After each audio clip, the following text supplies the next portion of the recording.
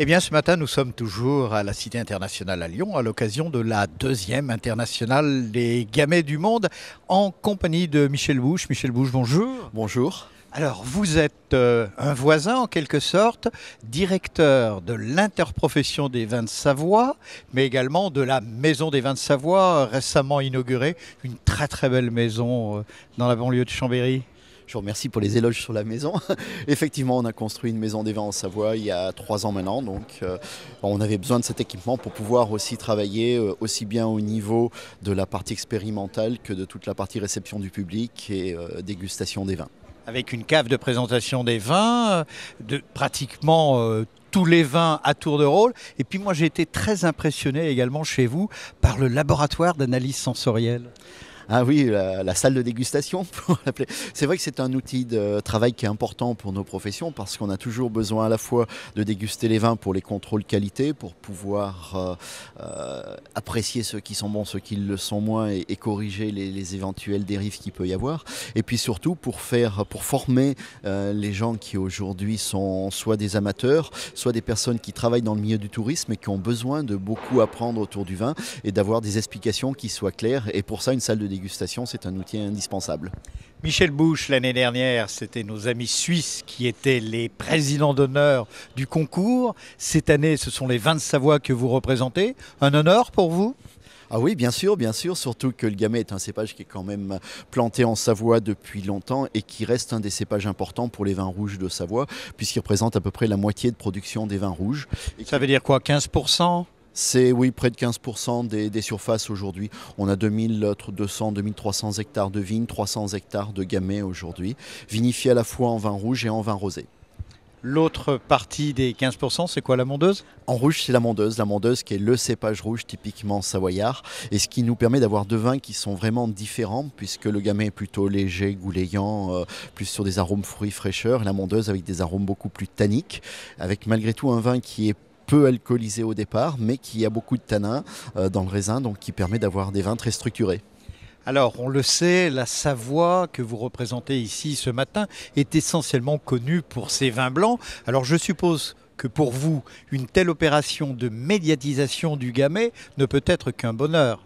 Bien sûr, effectivement, oui, la Savoie, c'est les vins blancs. Et on a toujours beaucoup de mal à faire connaître les vins rouges à l'extérieur parce que les vins rouges, ils sont encore plus que les blancs consommés uniquement sur le territoire savoyard, on va dire sur le territoire des Alpes, alors que les vins blancs sortent un petit peu. Et c'est bien de les comparer aux autres aussi et de faire savoir qu'ils existent.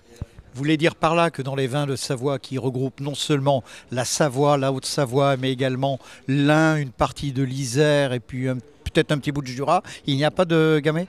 On ne va pas jusqu'au Jura. Si, il y a du gamay, mais le gamay, les vins rouges de Savoie sont consommés surtout sur les régions alpines. Et en fait, c'est de l'autoproduction ? Alors c'est de l'autoproduction, mais il en manque quand même beaucoup. Donc, oui, le Savoyard se tient bien à table. oui. Et puis il y a aussi beaucoup de touristes qui viennent nous voir, donc il faut abreuver tout le monde. Mais non, en vin rouge, on est largement déficitaire par rapport à tout ce qui est consommé sur la région. Donc il y a de la place aussi pour les vins des autres régions, même si on fait en sorte que les Savoyards soient toujours bien représentés. Michel Bouche, un mot sur ce concours ? Moi j'apprécie beaucoup la qualité du concours, mais les concours en général, quand un concours est bien organisé, qu'on respecte les règles d'anonymat et surtout qu'on est en sérénité pour déguster, parce que la dégustation c'est une grande leçon d'humilité déjà, on ne sait pas ce qu'on déguste, donc à part le gamay pour cette occasion-là, mais c'est de se mettre dans la peau du consommateur et dans le côté hédoniste, de se faire plaisir avec un vin et de se dire qu'on aura plaisir à offrir un vin à des convives ou à partager une bouteille. Et c'est vrai que le fait d'avoir un concours où on va attribuer des médailles, on se doit d'être le plus juste possible et d'attribuer les médailles aux meilleurs des vins. Pour ça, on a besoin d'une ambiance qui est particulière et là, c'était parfaitement réussi. La sérénité, de l'humilité, de la convivialité également. Alors, vin, œnologie, gastronomie, le mot de la fin, FAIM. Là, vous nous proposez quoi comme vin, comme plat savoyard avec le gamay de chez vous ? Ah, alors ça va être difficile, il va falloir trouver un plat savoyard. Ben moi, Il y a de la charcuterie en Savoie. Il y a la charcuterie, mais moi je le goûterais bien sur un farçon. Alors le farçon, on ne sait pas ce que c'est, ou le farcement, c'est une sorte de cake de pommes de terre qui est cuit dans un moule au bain-marie chemisé de lard fumé. Il y a un peu de graisse d'oie aussi. Avec un petit peu de graisse d'oie, et puis surtout qui a la particularité d'être salé-sucré, parce qu'à l'intérieur de ces pommes de terre cuites à la vapeur, il y a des pruneaux, en général des pruneaux, parfois des raisins de Corinthe, et on coupe ça en tranches, on sert ça souvent avec des civets, mais c'est un plat qui s'harmoniserait très très bien avec un gamay. Alors Michel Bouche, merci. Vous avez compris que ça sera farcément bon. Un verre de gamay de chez vous avec ce farcement. Alors merci, bravo pour cette présidence d'honneur de la 2e édition des Gamets du Monde. L'année prochaine, on ne sait pas encore qui cela sera, enfin quel sera le président.